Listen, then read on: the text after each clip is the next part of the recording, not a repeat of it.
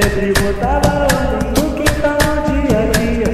Tia Antônia engraçada trazia alegria, xingava todo mundo e não perdia a linha.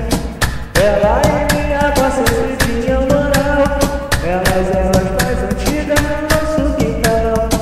Perdi o primo de uma forma muito triste, não quis ouvir o que seu pai sempre lhe disse.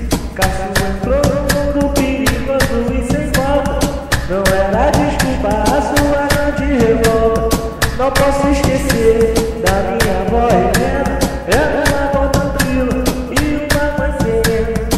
Fiquei bolado com mais um acontecimento, perdi a tia Gaia, foi mais um sofrimento. Ela tinha um marido que sabia fazer tudo, tia Antônio prestativo ajudava todo mundo. Às vezes tô chorando sem parar, porque eu sei que essas pessoas não irão voltar. Temos que levantar a cabeça e seguir em frente, mas essa